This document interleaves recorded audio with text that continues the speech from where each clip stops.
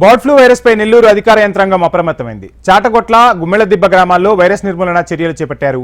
కొవ్వూరు మండలంలో joint director బృందం పర్యవేక్షించింది. Bird flu virus ప్రభావిత గ్రామాల్లో ప్రత్యేక శానిటేషన్ కార్యక్రమాలు చేపడుతున్నారు అధికారులు.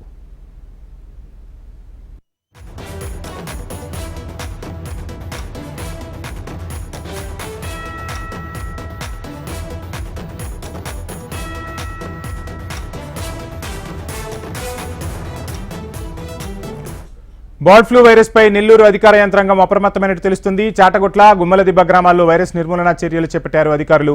ఇక నెల్లూరు వ్యాప్తంగా బర్డ్ ఫ్లూ విజృంభణకు సంబంధించి లేటెస్ట్ అప్డేట్స్ మా ప్రతినిధి నరసింహులు అందిస్తారు. నరసింహులు, చూస్తున్నాం నెల్లూరులో బర్డ్ ఫ్లూ వైరస్ కలకలం రేపుతున్నట్టు తెలుస్తుంది. అధికారులు ఎటువంటి చర్యలు చేపడుతున్నారు, ప్రజలకు ఎటువంటి సూచనలు ఇస్తున్నారు?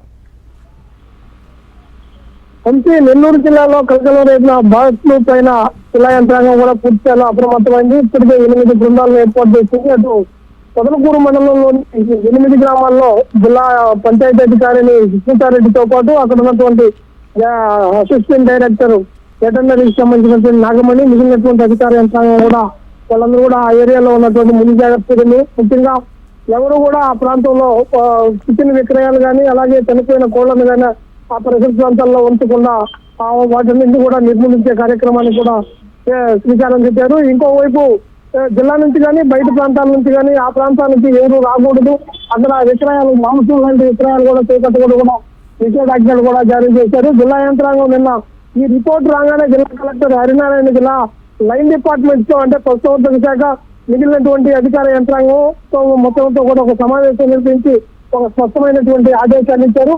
దాని ప్రకారం జాయింట్ డైరెక్టర్ పరమేశ్వరుడు నిన్న ఎక్కడున్నటువంటి నెల్లూరు జిల్లా కోవూరు మండలం గుమ్మలదిబ్బలో వాళ్ళ బృందం అంతా కూడా ఇంటింట ఆ గిరిజన కాలనీ కానీ ఊరు మొత్తంగా కూడా ఉన్నటువంటి పౌల్ట్రీ ఫారాలన్నింటిలో కూడా శానిటైజేషన్ చేయిస్తూ ముఖ్యంగా ఇక్కడ ఏంటంటే పెంపుడు కోళ్ళకు కూడా ఈ వైరస్ సోకినట్టుగా కూడా వాళ్ళకు ఉన్నటువంటి రిపోర్ట్ లో వచ్చింది. దీంట్లో పెంపుడు కోళ్ళన్నింటినీ కూడా నిర్మూలించే కార్యక్రమంలో కూడా నిమగ్నమయ్యారు. సచివాలయ సిబ్బంది కానీ, వెటర్నరీ డిపార్ట్మెంట్ కానీ, మిగిలినటువంటి లైన్ డిపార్ట్మెంట్ అందరూ కలిసి కూడా ఒక సంయుక్తంగా ఈ ఆపరేషన్ మొదలు పెట్టారు.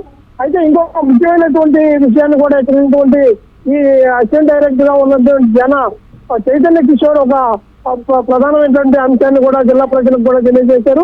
ముఖ్యంగా ఈ బర్డ్ ఫ్లూ వల్ల, ఈ బర్డ్ ఫ్లూ తర్వాత కూడా మాంసం విక్రయాల్లో ఎలాంటి ప్రభావితం చేయాల్సినటువంటి అవసరం లేదు.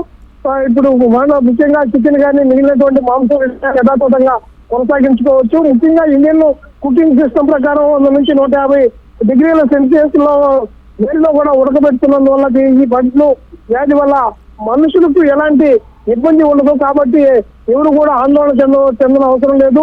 మాంసం విక్రయాలు యథాతథంగా కొనసాగించుకోవచ్చు మిగిలినటువంటి ప్రాంతాల్లో అని కూడా వాళ్ళు చెప్తున్నారు. దీనివల్ల హ్యూమన్ కు సంబంధించినటువంటి ఇబ్బందులు తలెత్తవని కూడా వాళ్ళు చెప్పినటువంటి పరిస్థితి ఉంది. Thank you Narasimhulu.